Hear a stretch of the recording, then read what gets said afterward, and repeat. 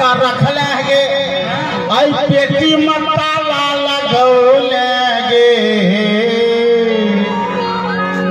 जियो बेटा क्या बात है अशेष की चबाकी चलिए जल्दी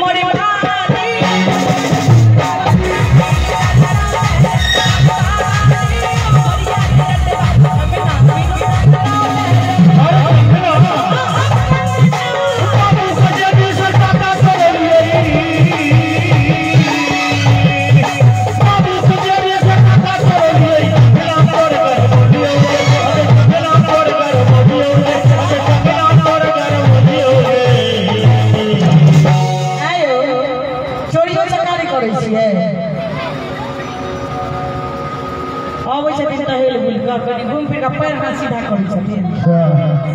जनता बाबू का जेब से टाका चोरलिए। झंझारपुर में कंगना गढ़ोलियोगे सगराम तक लोभा का अनलियोगे बुझली। अब परसा में मन लल चोलियोगे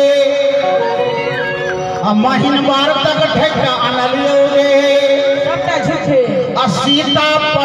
सीतापति झिलियो सीतापति टपोलियोगे अलग सेना में कंगना पहिरोलियोगे।